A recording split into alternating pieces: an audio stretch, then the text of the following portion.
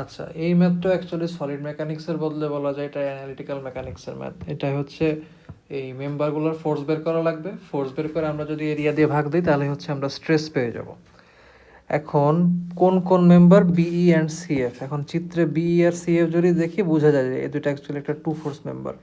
তার মানে আমাদের এই টু ফোর্স মেম্বার দুটা কম্প্রেসিভ নাকি টেনসাইল এই দুটো বের করা লাগবে, দেন হচ্ছে বাকি কাজ করা লাগবে। এখন এটার ফোর্স বের করার জন্য সবচেয়ে মানে ইফেক্টিভ যেটা হচ্ছে সেটা হচ্ছে আমি এ বি সি, এই এবিসি মেম্বারে আমি একবার মোমেন্ট নিব, আর ডিইএফ, এই ডিইএফ মেম্বারে আমি আরেকবার মোমেন্ট নিব। এই এবিসিতে আমি এ এর রেসপেক্টে মোমেন্ট নিব, আর ডিইএফ এ ডি এর রেসপেক্টে মোমেন্ট নিব। তাহলে হবে কি যে এ ওয়াই এ এক্স এর আর কোনো কাজ থাকবে না, শুধুমাত্র এই টু ফোর্স মেম্বার আর হচ্ছে যে এখানে যে ভার্টিক্যাল লোডটা আছে শুধুমাত্র এইটার কাজ থাকবে। তো এখন মোমেন্ট বসানোর আগে আমার হচ্ছে আবার আরেকটা জিনিস খেয়াল করা লাগবে যে আমি প্রথমে দিলাম ঠিক আছে টেনসাইল দিলাম, এখন এই টেনসাইলের আবার দুইটা কম্পোনেন্ট থাকবে, এদিকে একটা এদিকে একটা। সিমিলারলি এই টেনসাইলটারও এদিকে একটা কম্পোনেন্ট থাকবে, এদিকে একটা কম্পোনেন্ট থাকবে।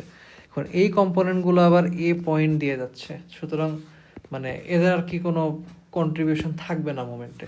আমার শুধুমাত্র ভার্টিক্যাল পার্টটুকু নিয়ে কাজ করা লাগবে। এখন ভার্টিক্যাল পার্টটুকুর জন্য আমাদের আবার এই ঢালটা লাগবে। এখন ঢালটা আসতেছে হচ্ছে এই যে হরাইজন্টাল ডিস্টেন্স হচ্ছে 30 আর ভার্টিক্যাল ইনক্লাইনমেন্ট হচ্ছে 40। তো বেসিক্যালি এখান থেকে স্লোপটা আসবে হচ্ছে 4 3 5, এখানেও 4 3 5।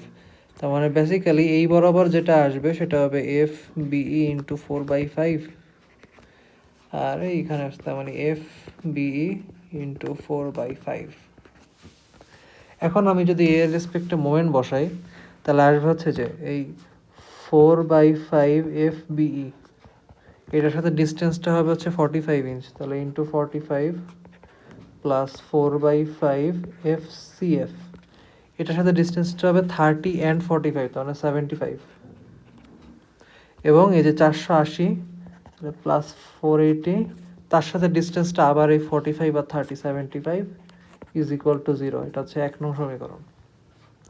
সেকেন্ডটায় যদি আসি, এই যে এখানেও শুধুমাত্র আমাদের ভার্টিক্যালটা নিয়ে কাজ করা লাগবে, কারণ হরিজন্টালটা হচ্ছে ডি পয়েন্ট দিয়ে চলে যাবে। তো ডি এর সাপেক্ষে আমি যদি মোমেন্ট নেই তাহলে 4/5 এফ বিই, ডিস্টেন্সটা হচ্ছে 15 ইন্টু 15 আবার 4/5 এফ সিএফ আসবে, এখানে ডিস্টেন্সটা হচ্ছে 30 অ্যান্ড 15 45 ইজ ইকুয়াল টু 0। কারণ এটা ক্যালকুলেটর যদি সলভ করি 180/5, দেন 4×300/5 হচ্ছে 60, আর এখানে আছে হচ্ছে -480 ইন্টু 75, এখানে 12 আর 36 0। তাহলে এখানে এফ বিই এর যে মানটা এটা আসে হচ্ছে -2250, আর এফ সিএফ আসে হচ্ছে 750, কি এটা, হ্যাঁ পাউন্ড। তাহলে এগুলো সব হচ্ছে পাউন্ড। এখন বলছে আচ্ছা বিই তো কম্প্রেসিভ, কম্প্রেসিভটা একটু ঝামেলা আছে, আমি আগে কম্প্রেসিভটা ইজি আছে, বেসিক্যালি কম্প্রেসিভটা আগে করি। এখন কম্প্রেসিভের জন্য আমাদের একটু মানে আবার সেই কনসেপ্টে ফিরে যাওয়া লাগবে, যে বশির স্যার আর কি ক্লাসে বলছিল যে যখন কম্প্রেসিভ লোড আসে তখন হচ্ছে সমস্ত লোড, মানে আমি যদি এই পিনের কথা চিন্তা করি, এই কার্ভড সারফেসে হচ্ছে স্ট্রেস সব কনসেন্ট্রেটেড হয়, এবং এইখানে যে কম ক্ষেত্রফল যেগুলো আছে বা কম এরিয়া যেখানে আছে এখানে বেসিক্যালি কোনো মানে স্ট্রেসই কাজ করে না। এখন এই যে এই কার্ভ সারফেসের এরিয়াটা আবার একটু ঝামেলা। তো এই জন্য স্যার যেটা বলছিল যে মানে ম্যাক্সিমাম যে কম্প্রেসিভ স্ট্রেস সেটা অ্যাকচুয়ালি এই মেম্বারের মাঝখানেই হবে। অ্যান্ড অনেক বইয়ে সলভেও দেখলাম ওরা অ্যাকচুয়ালি ম্যাক্সিমাম কম্প্রেসিভ স্ট্রেংথটা হচ্ছে কম্প্রেসিভ এই মেম্বারের মাঝখানে বের করছে। তার মানে আমার ডিরেক্ট এই এফ বিইকে আমার হচ্ছে এইটুকু এরিয়াতে ভাগ করলে হবে। এখন এটা 4 ইঞ্চ দেওয়া আছে, এখন এটা রেক্ট্যাঙ্গুলার নাকি অন্য কিছু আমি একটু চেক করি। আচ্ছা না, 2x4 inch rectangular cross section. তাহলে এই এফ বিইকে আমি যদি 2x4 মানে 8 দিয়ে ভাগ করি তাহলে হচ্ছে আমার পিএসআইতে হচ্ছে এখানে কম্প্রেসিভ স্ট্রেসটা চলে আসবে, যেটা আমার এই maximum average normal stress in member বিই। আর সিএফ এর জন্য আবার একটু ঝামেলা হচ্ছে যে এই যে কম মানে এই জায়গাটায় হচ্ছে সমস্ত স্ট্রেস বিল্ড আপ করে, মানে ম্যাক্সিমাম স্ট্রেস। তো এটার জন্য স্যার যেটা বলছিল যে এফ সিএফ যেটা আছে 750, এটাকে ভাগ করতে হবে হচ্ছে প্রথমত 4 ইঞ্চ, তো এটা তার মানে 2 ইঞ্চ হচ্ছে থিকনেসটা ঠিক মতো থাকবে।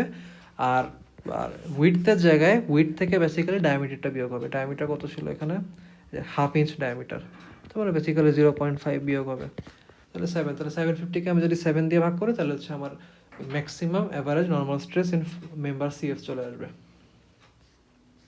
আচ্ছা গেল। এটাও একটা বেসিক্যালি অ্যানালিটিক্যাল মেকানিক্সেরই প্রবলেম, এটা হচ্ছে ট্রাস অ্যানালাইসিস বেসিক্যালি। তো এখানে সবার আগে অ্যাকচুয়ালি ওই রিয়াকশন ফোর্সগুলো আসলে বের করা লাগবে। তো এখন রিয়াকশন ফোর্স, হ্যাঁ আচ্ছা, আরেকটা জিনিস যেটা ভালো হয়েছে সেটা হচ্ছে এই পুরো ট্রাসটা হচ্ছে সিমেট্রিক। তো বলা যায় যে এইখানে যে ফোর্সটা আসবে এ ওয়াই এ যেটা পরস্পর সমান হবে। আর আরেকটা জিনিস, আচ্ছা ওটা পরে আসতেছে, অসুবিধা নেই। এখন এটা বের করার জন্য ইজিয়েস্ট ওয়ে হচ্ছে মোমেন্ট নেওয়া। এর রেসপেক্টে যদি মোমেন্ট নেই তাহলে যে 80 × 9 720, 80 × 18 প্লাস 80 × 18, আর এখানে আছে 80 × 27, দেন 1টা 2টা 3টা 80 × 27 আছে। আচ্ছা, আর এইটাকে আমি যদি 36 দিয়ে ভাগ করি তাহলে হচ্ছে আমার এই এইচ ওয়াই মানে চলে আসবে। এখন এটা মোস্ট প্রবাবলি আসছিল হচ্ছে 120, তার মানে আমার এই এ ওয়াই এর মানও বেসিক্যালি 120 আসবে। আচ্ছা, এরপর হচ্ছে আমি যেটা করব সেটা হচ্ছে একটা সেকশন নিব, এই যে এই সেকশনটুকু। এই সেকশন নিলে যে এখানে একটা ফোর্স আছে, এখানে একটা ফোর্স আছে, আর এখানে পিন রিয়াকশনগুলো তো আছেই। তো এখন এখান থেকে আমি যদি ইকুইলিব্রিয়ামের কন্ডিশন স্যাটিসফাই করি, সেক্ষেত্রে আমার এই এই যে এটার যে ভার্টিক্যাল উপাংশ আর এ ওয়াই এই দুইটা কম্বিনেশনে 0 আসবে, দেন এখান থেকে আমি আর কি এফ এ বি পেয়ে যাব। আর এরপর আমি যখন এই অংশটুকু নিব, এখন এটা সিমেট্রিক, তো এফ এসি এর যে মান অ্যাকচুয়ালি টেনসাইল ছিল সেটাই আলটিমেটলি এইদিকে চলে আসবে। আর এটা তো হচ্ছে সরাসরি এইটি কিপসে চলে যাবে। দেন এভাবে কন্টিনিউয়াসলি ট্রাস অ্যানালাইসিস করে অ্যাকচুয়ালি যে এটা বের করা যাবে এখান থেকে যে মোস্ট প্রবাবলি বি এর মানটা লাগবে। হ্যাঁ, মেম্বার বিই এর মানটা লাগবে। দেন মেম্বার বিই এর যে ভ্যালু আছে ওটাকে 5.87 ইঞ্চি স্কোয়ার দিয়ে ভাগ করলেই আমার কেএসআই চলে আসবে। এটা অ্যাকচুয়ালি তেমন কোনো প্যারা না।